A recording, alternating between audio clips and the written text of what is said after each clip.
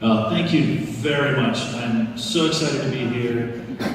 Very excited to be a part of the Talent Up program. Thank you, Mr. President, for your leadership, and Massimo and Diego and the team. It's just a real exciting thing to be a part of this whole program. It's rare that you see communities, government leaders coming together to promote entrepreneurship in the way that you are here today. At Georgetown, we're very excited to be a part of this.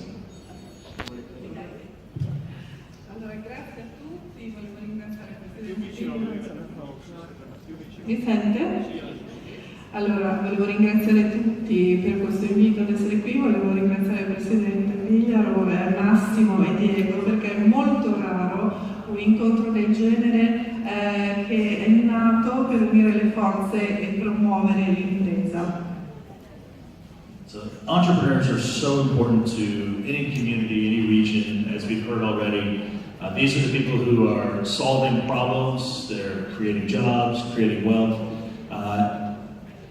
But we can also say that it's not something we don't understand. Entrepreneurship is not a magic process. These are not magicians. They're also not superhuman. Sometimes we think of entrepreneurs only as those people who do things that no one else can do.